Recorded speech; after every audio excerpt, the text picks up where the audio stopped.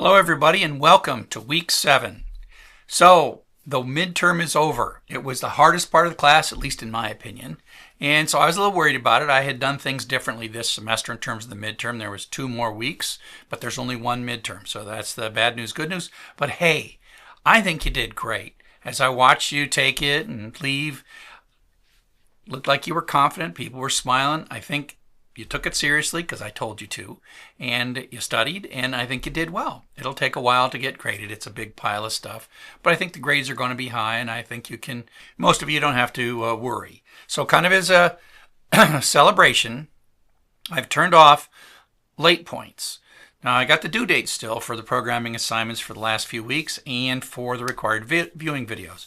So if you got anything sort of less than 100% on any of those, you can go back and finish that work and get 100%. You'll still get like the blue marks in Canvas, but don't worry about the blue marks in Canvas. There, you'll get 100%.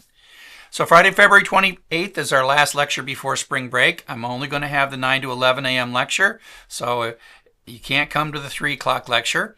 I am leaving on a surprise trip.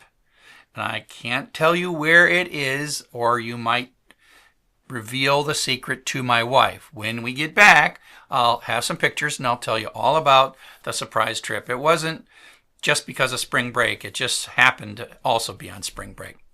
So going forward also, the required viewing videos will not be tracked and graded.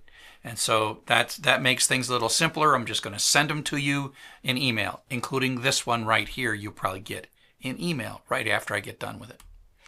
So week 7, the things are different now. The idea is you kind of are supposed to know the big picture. That's what the midterm was about. And so the assignments starting in week 7 are a little different. They're smaller. They're not like leading you nearly as much. They're just kind of dumping you. They're like, here's some sample code, here's some sample code, dump you right in the middle of it, and you're supposed to figure it out. So the first assignment, the kind of hello world and the cookie one, you're like, what do I cut and paste? And the answer is you cut and paste several pieces. You got to read those pieces, watch the lectures. I'm trying to get you to move into understanding and parsing sample code and then combining that sample code. So you have to, there's like 2 views, and you got to take pieces of the views and connect them together, and that's how you write your program. So it's not a series of steps that says, do this, copy that. Again, do it yourself. You're supposed to start taking initiative. The rest of the semester is jam-packed. We are going to cover so many topics. We're building a real application. We got to talk about login. We talk about create, read, update, and delete. And multi-user applications. In multi-user applications, data is often owned by different users. Login on one account, login on a different account. So we'll talk about that.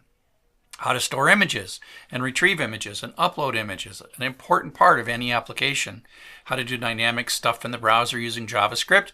We've done a one-to-many data model, but we're also going to cover the other major data model, which is the many-to-many data model. We're going to do AJAX, which is asynchronous JavaScript and XML. We're not going to do XML. We do JSON. And JSON, JavaScript Object Notation, Web Services, and how to make your pages have some degree of interactivity. And these are all the kinds of things that literally you need to be able to do for any real-world application. So here's kind of a view of the next couple of weeks. This is the week 7 lecture. I'm taping it on the 27th of March. That lecture is the 28th of March on Friday. Week 6 was due, but the programming assignments for week 6, I removed the late points. So you could be doing those right now and getting 100%. If you're behind, this is a great time to catch up. March 24th through the 28th, and then, February 24th through 28th, and then March 3rd through the 8th, you can catch up in this class. I turned due dates off, so if you want to catch up. The next actual due date is March 14th, which is kind of like, this is week 7 coming to you, and then it's usually a week later that I have the stuff due, but a week later is spring break, so it's a week after that. Okay? So it just kind of works out, and it just is a great time to catch up. And I just love how the midterm happened on the 21st of February, and we have this kind of time to catch up afterwards, because I know you worked really hard. I mentioned that the midterm exam was, in my opinion, the hardest part of the class. The final exam is going to be a programming exercise. It's going to be auto-graded with unlimited tries. You're going to have a chunk of time to work on it. It's going to be open book, open notes, open network, open sample code. You can use AI, I don't care. You can use all the tools because you're supposed to be a programmer now.